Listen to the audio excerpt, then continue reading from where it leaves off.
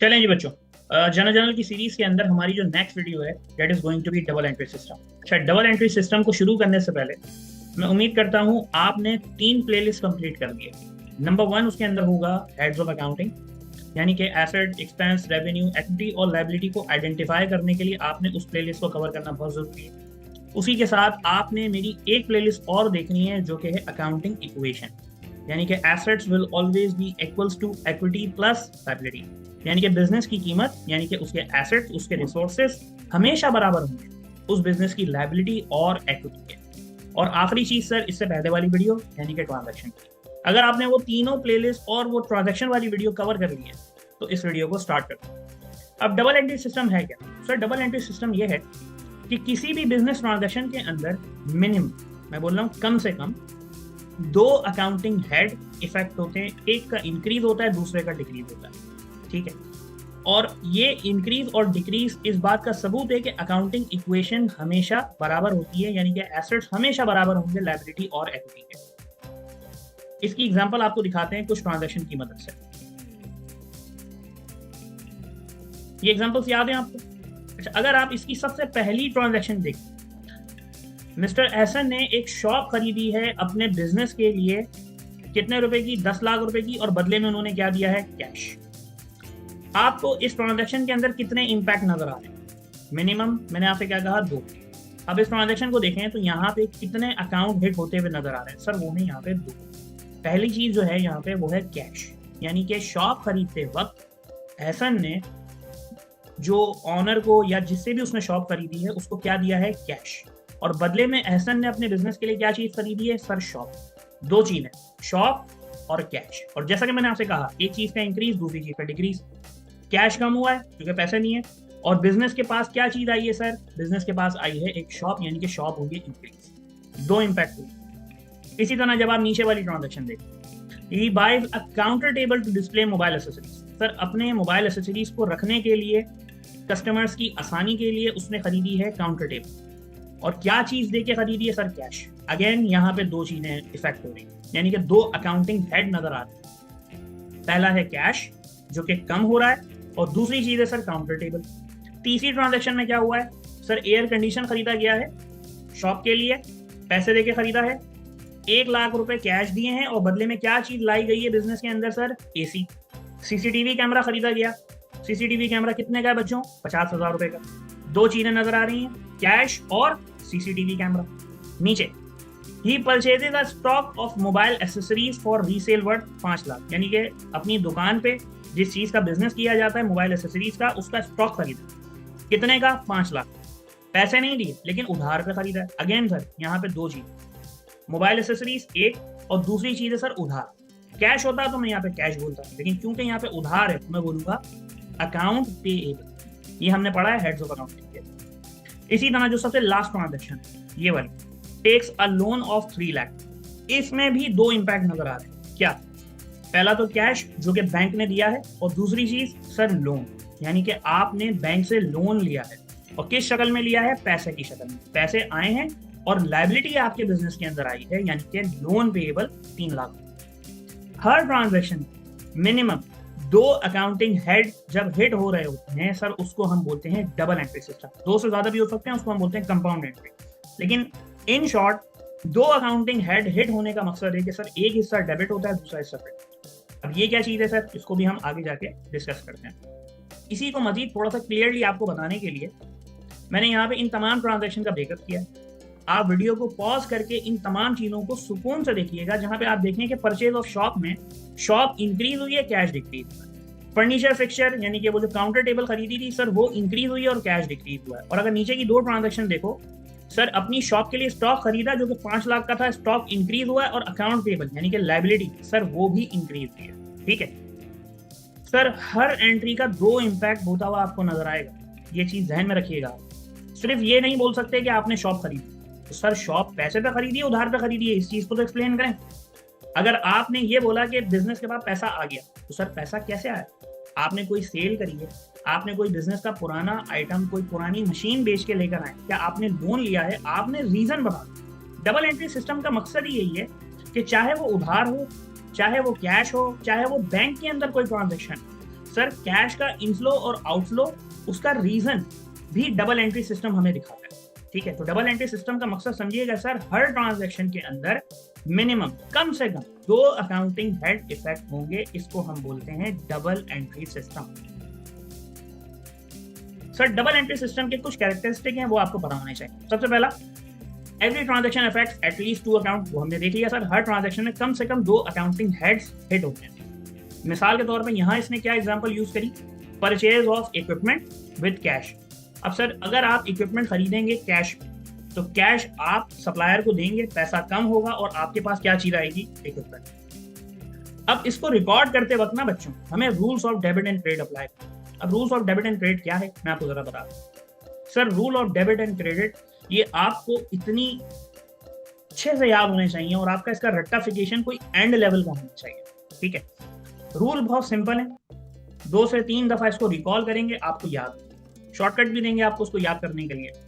ये वही 5 accounting heads है। देखो ये जो 3 सीरीज है ना मेरे भाई, heads of accounting, accounting equation और जनरल के शुरू के 2, 3, 4 जो टॉपिक्स हम कवर करेंगे, लाइक ट्रांजैक्शन और डबल एंट्री सिस्टम। सर ये इतने इंपॉर्टेंट है, ये आगे जाके आपके तमाम टॉपिक्स की फाउंडेशन बनेगी। इसके बगैर आप किसी भी टॉपिक को नहीं समझ सकते। ठीक है, उसी के अंदर, उसी सीरीज के अंदर one of the most important जो एरिया है वो है रूल्स ऑफ डेबिट एंड। वो जो 5 हेड्स ऑफ अकाउंटिंग है ना, वो बिजनेस की हर ट्रांजैक्शन के अंदर किसी ना किसी मोड पे सर इंक्रीज होंगे या तो डिक्रीज, या तो बढ़ेंगे या तो कम होंगे, लेकिन उनकी रिकॉर्डिंग जो हमें करनी है वो इन रूल्स के तहत करनी है। अब ये रूल्स क्या है जरा देखते हैं।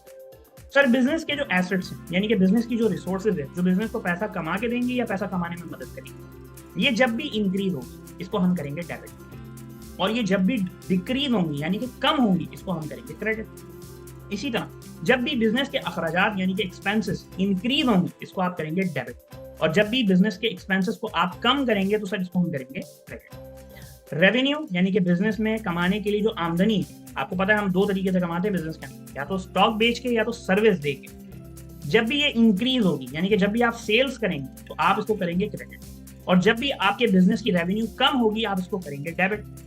इक्विटी यानी कि ऑनर की इन्वेस्टमेंट, ऑनर का कैपिटल, जब भी बिजनेस में इंक्रीज होगा आप उसको करेंगे क्रेडिट, और जब भी ऑनर की इक्विटी कम होगी आप इसको करेंगे डेबिट। और लास्ट बिजनेस की लायबिलिटी यानी कि बिजनेस के उधार, बिजनेस की ऑब्लिगेशन, वो पैसा जो बिजनेस ओ करता है बाहर के लोग, जैसे कि बैंक लोन, जैसे कि अकाउंट पेबल, जब भी लायबिलिटी इंक्रीज होगी उसको आप करेंगे क्रेडिट, और जब भी लायबिलिटी डिक्रीज होगी आप उसको करेंगे डेबिट। याद करने के लिए आप ये 5 देखें, तो 5 फिंगर देख रहे हैं, नजर आ रही है, आप नजर आ रही है, ये देखो ये 2 फिंगर्स आपकी मिल रही हैं आपस में, ये दोनों, इन दोनों के लिए आप रूल अप्लाई करें एसेट और एक्सपेंस का।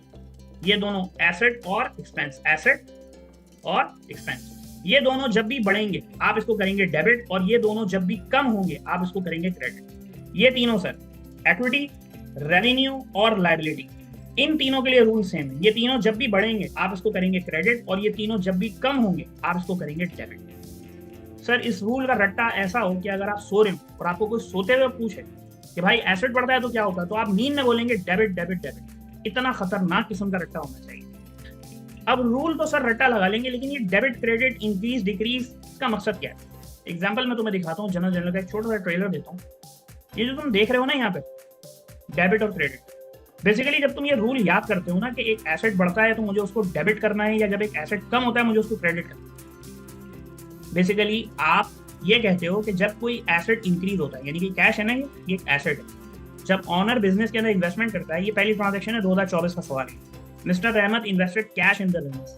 रहमत ने अपने बिजनेस के अंदर पैसे को इन्वेस्ट किया, यानी कि बिजनेस में पैसा आया। तो सर कैश एक एसेट है, एसेट इंक्रीज हो रहा है तो वो होता है डेबिट। अब रूल के तहत कैश जब भी, यानी कि एसेट जब भी इंक्रीज होगा तो आप उसको डेबिट करोगे। सर डेबिट करोगे नहीं, इसका मतलब ये है कि आप उसकी अमाउंट को जो लिखोगे वो डेबिट कॉलम में लिखोगे, ये रूल है। एसेट जब भी इंक्रीज होता हुआ नजर आए तो जनरल के 2 कॉलम में से आप इंक्रीज होने वाले एसेट को लिखोगे डेबिट साइड। इसी तरह तुम देखो यहाँ पे, जब कैश डिक्रीज होगा तो उसकी अमाउंट कहाँ लिखी जा रही है, क्रेडिट, यानी कि सर एसेट जब डिक्रीज होगा तो लिखा जाएगा क्रेडिट साइड। तो रूल हमें ये नहीं सिखा रहा कि एसेट बढ़ेगा तो डेबिट, नहीं, वो हमें ये सिखा रहा है कि एसेट जब बढ़ेगा तो तुम उसकी अमाउंट को जनरल के क्रेडिट के कॉलम में लिखोगे जब कम हो, जब बढ़ेगा तो जनरल के डेबिट कॉलम में लिखोगे। जैसे कि सबसे टॉप पे एसेट बढ़, कैश इंक्रीज हो रहा है, कैश इंक्रीज होता है तो डेबिट, यानी कि आपने उसको लिखना है जनरल के डेबिट कॉलम। इसी तरह जब कैश यानी कि एसेट कम होगा, कैश डिक्रीज होता है तो क्रेडिट, आप लिखोगे उसको जनरल के क्रेडिट कॉलम। ये जो डेबिट क्रेडिट का रूल है ये बेसिकली जनरल के लास्ट के दो कॉलम डेबिट और क्रेडिट के लिए हुई कि इंक्रीज के टाइम पे आपने इसको किस कॉलम में लिखना। इक्विटी का रूल क्या था, इक्विटी जब इंक्रीज होगी तो क्रेडिट होगी।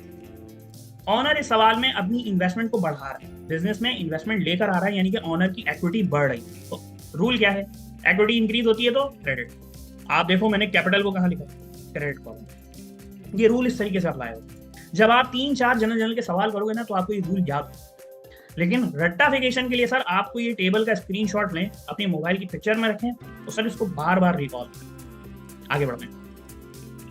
सर रिकॉर्डिंग के दौरान आपने कुछ बातों का ख्याल रखना है। क्या है वो सर, जब आप डेबिट और क्रेडिट आपको हर ट्रांजैक्शन में हमेशा नजर आए, मिनिमम 2 होंगे, एक डेबिट होगा, क्रेडिट ज्यादा भी हो सकते हैं, लेकिन हमेशा हमेशा हमेशा देखो 3 दफा बोला है, डेबिट सबसे पहले लिखा जाता है। इधर देखो कैश डेबिट हुआ है तो देखो हर ट्रांजैक्शन के अंदर तुम देखो सबसे पहले जो लिखी जा रही है ना अमाउंट, वो डेबिट के कॉलम में लिखी जा रही है, उसके बाद जो अमाउंट लिखी जा रही है वो क्रेडिट कॉलम में लिखी जा रही है। ये जनरल का उसूल है डबल एंट्री सिस्टम रिकॉर्ड करने के लिए। और डबल एंट्री सिस्टम इसको इसलिए भी बोलते हैं, दोबारा बोल रहा हूँ, कि हर ट्रांजैक्शन के 2 इम्पैक्ट। अगर तुम May 10 की ट्रांजैक्शन यहाँ से पढ़ो, परचेज मर्चेंडाइज ऑन अकाउंट, यानी कि सामान खरीदा ऑनर ने सप्लायर से उधार पे, तो सर सामान के लिए तो हमने लिख दिया परचेज, स्टॉक के लिए, गुड्स के लिए, मर्चेंडाइज के लिए, हमने पढ़ा था ट्रांजैक्शन के अंदर। और उसने ये सामान किस पे खरीदा सर, उधार पे खरीदा, यानी कि सर 2 इम्पैक्ट, एक हो गया परचेज, दूसरा हो गया अकाउंट पेएबल। अब दोनों में डेफिनेटली इंक्रीज और डिक्रीज होगा, दोनों में एक डेबिट होना है, दूसरे में क्रेडिट होना है।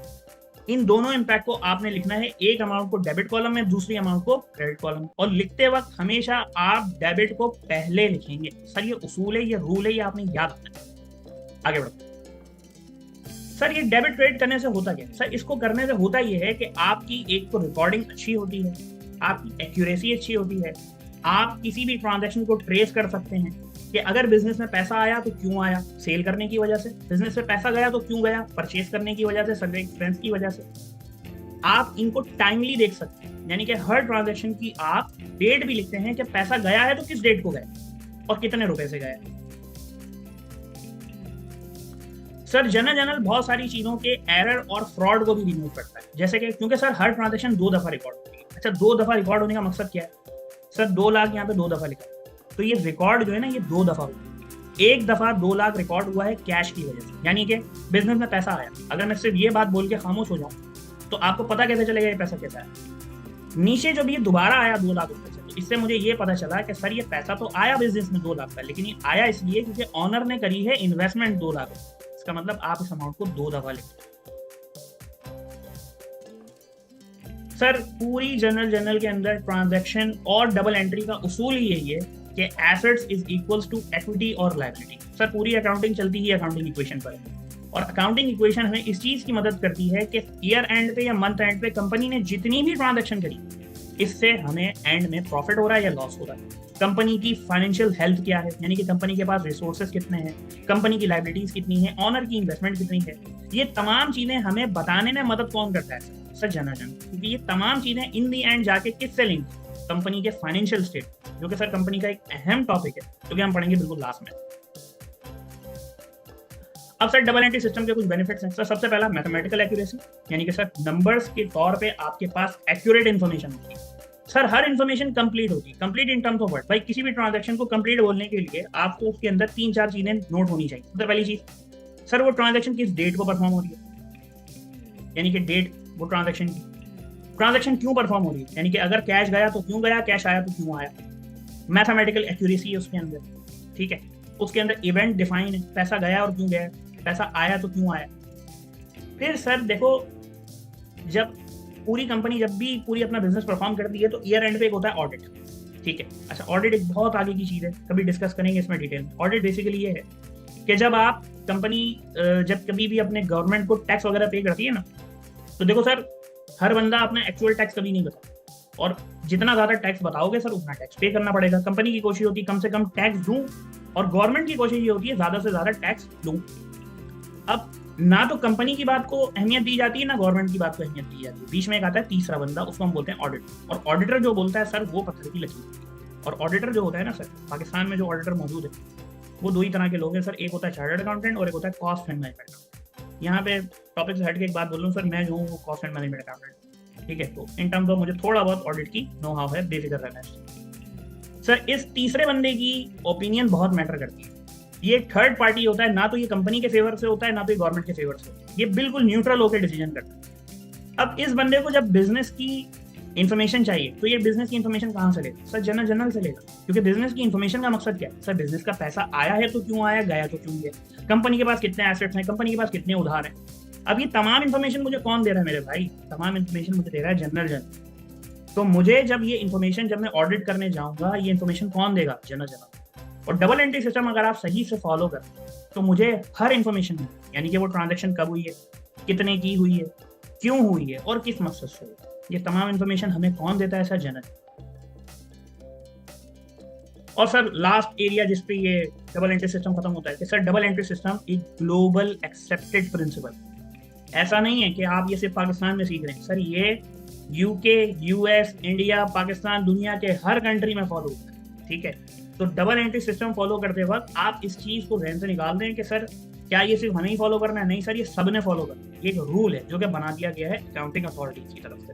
वो कौन है? वो आपको हमारी सबसे पहली सीरीज व्हाट इज अकाउंटिंग के अंदर। तो सर विद दिस हमने अकाउंटिंग इक्वेशन को समझा, हमने हेड्स ऑफ अकाउंटिंग को समझा, हमने ट्रांजैक्शन को समझा, हमने डबल एंट्री सिस्टम को समझा। अब हम प्रिपेयर हैं पूरी तरीके से कि हम जनरल की तरफ जाके अटैक कर सकें और हम अपने आगे के टॉपिक पर बढ़ें। मिलते हैं आपसे नेक्स्ट वीडियो में। Thank you.